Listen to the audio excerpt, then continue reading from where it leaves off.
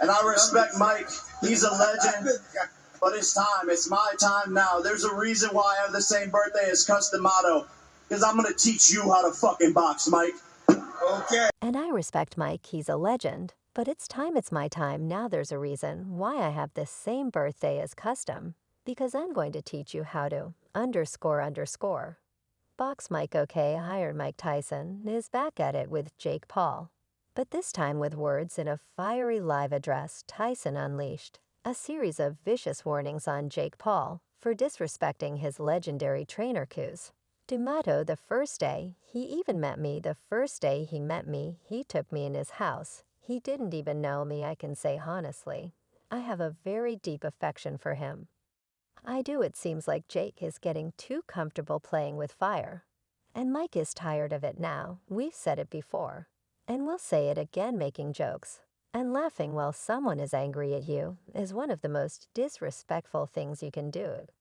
It's a sign that minimizes the other person's feelings, implying their anger is so inconsequential that it's amusing. This brings us to the curious dynamic between Mike Tyson and Jake Paul. Tyson and Paul have had a rather unusual interaction that highlights this very issue. Jake Paul has built a reputation for his antics, often blurring the lines between genuine bravado and outright trolling. One can never be entirely sure if he's serious or simply playing a role to garner attention. This ambiguity was on full display during an exchange with Mike Tyson, proving, as he gives me the motivation and interest to stay alive, 'cause I believe that a person dies when they no longer wants to live. Paul's dismissive and flippant attitude seemed designed to provoke, yet at first Tyson's reaction was one of bemusement rather than anger. He seemed to think, I can't even get mad at this guy because he's talking out of his unwise brain.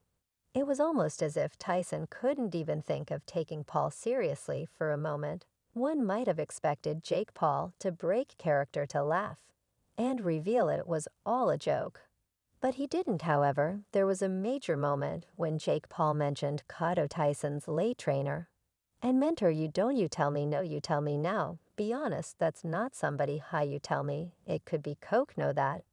__. It's something. I'm Dieto was a father figure to Tyson, the man who shaped him into a champion and provided a semblance of stability during his tumultuous youth. Jake Paul continued and made a bold statement about his upcoming fight with Mike. I respect Mike, and he's a legend, Paul said, but it's my time. Now there's a reason I have the same birthday as Kato, because I'm going to teach you how to box, Mike.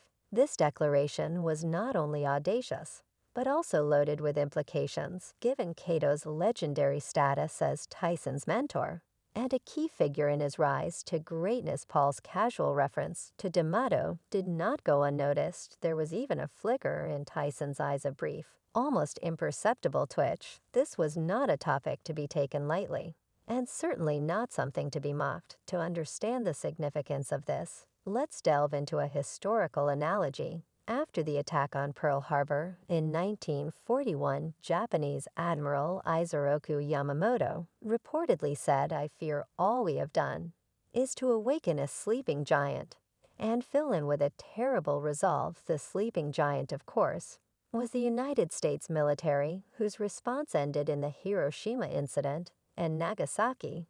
This quote, chilling in its presence, underscores the peril of underestimating a powerful adversary. Jake Paul should at least take caution provoking Mike Tyson, especially by trivializing someone as major as Castillo, is similar to poking that sleeping giant would never believe it or accept it, because in my opinion the minds and emotions are about 75% of both. Tito continues to be one of the foremost fight managers in the business. Tyson's restraint so far is a testament to his growth and self-control, yet there is a latent ferocity within him, a terrible result that, if fully awakened, could spell disaster for any provocateur. Paul might be playing a dangerous game, and should Tyson's patience wear thin, the consequences could be severe.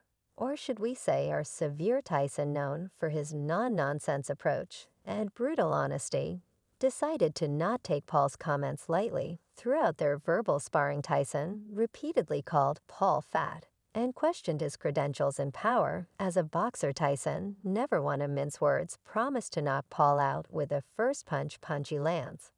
Music, ooh folks, that's the main event. I can't even mad. He was quick to point out what he sees as glaring deficiencies in Paul's boxing career. So far, he can't even knock out Nate Diaz. Tyson retorted. Nate Diaz is 40 loves. How are you going to knock me out? Who's the other guy? Anderson Silva. He didn't knock out those little guys. How's he going to knock me out? Who did he knock out? Who did he knock out? Little children. He never knocked out a real man. Come on. And you should have seen the confidence in Tyson's eyes while saying that. Tyson's words were sharp and dismissive, underlining his skepticism about Paul's abilities in the ring, the potential, and most of all, he has the desire. I can say honestly, I have a very deep affection for him. I do. To me, he's my boy. He's with me. I often say to him, you know I owe you a lot, and he doesn't know what I mean. But I'm going to tell him now what I mean. Paul's reference to sharing a birthday with Custom seemed to be an attempt to draw a symbolic connection, implying that he possesses some good boxing wisdom or destiny. However, Tyson's reaction shows that he finds this comparison not only disrespectful, but also ludicrous. For Tyson, D'Amato represents a deep, almost sacred part of his life and career, and any attempt by Paul to align himself with that legacy is likely seen as an affront. That Cuss put me in. Why you jumping around? He never like. If you watched any of my earlier fights, you never saw me when Cuss was alive. That was, you never saw me jumping around and celebrating. Cuz see, I would come home and C would watch the fight with me. We go over the fighting fifth. Mike Tyson has even mentioned how he's using the knowledge that KZ D'Amato taught him in preparation for his fight with Jake. Interestingly, Tyson attributes much of his success to a somewhat unconventional practice, hypnosis. Tyson has openly discussed how hypnosis played a big role in his training and mental preparation. Starting from a very young age, from the age of 13, Tyson was introduced to hypnosis by his mentor and former coach Cato. Tyson revealed in an interview with tennis star Nick Goes on the Good Trouble podcast that he was raised off of hypnosis and that it was an integral part of his routine throughout his career. He explained, I always had hypnosis. Before I fought, it only works with only certain people. Get it? Not everybody gets it. I guess that's what life is all about. Not everybody's the same. But I got it. Hypnosis, in Tyson's experience, was about reaching and connecting with his subconscious mind, particularly tapping into his ferocity and focus. He said it's all about reaching your self-consciousness. You have a connection with your self-consciousness, your ferociousness. Everything's about being connected. And by using that for fighting too, everything's love. Everything's connected to love, even us going to war. I got her back, she's got his back, it's war.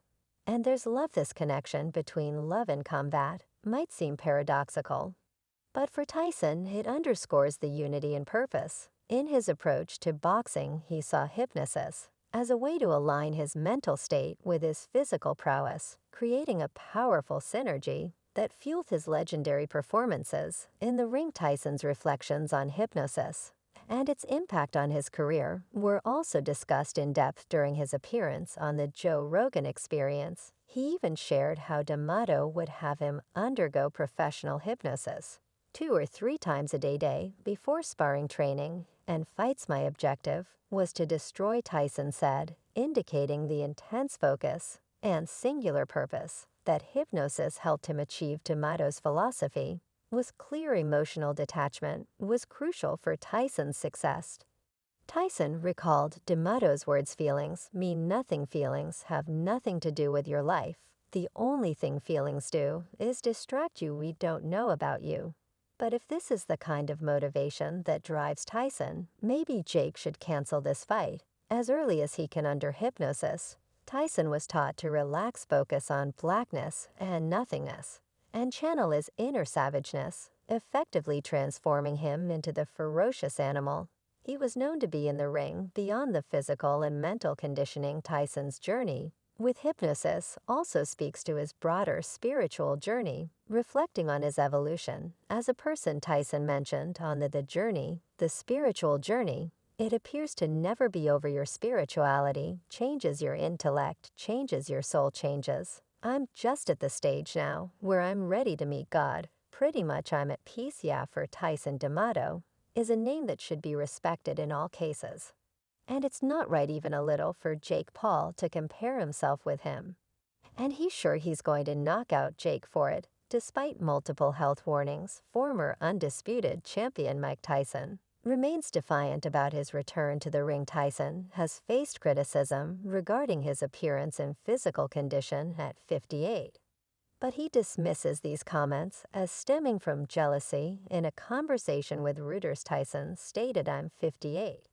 And what, I'm getting billions of views from just talking to somebody about fighting everybody. Even most of the athletes, they're jealous. That's whack." Tyson is acutely aware of his enduring popularity and the attention he commands. He pointed out that even in their prime, many athletes couldn't draw the kind of audience he still attracts. "I say in your prime, you couldn't draw 1 million people, man. What are you talking about? You couldn't sell out the arena. Who at 58 could sell out an 8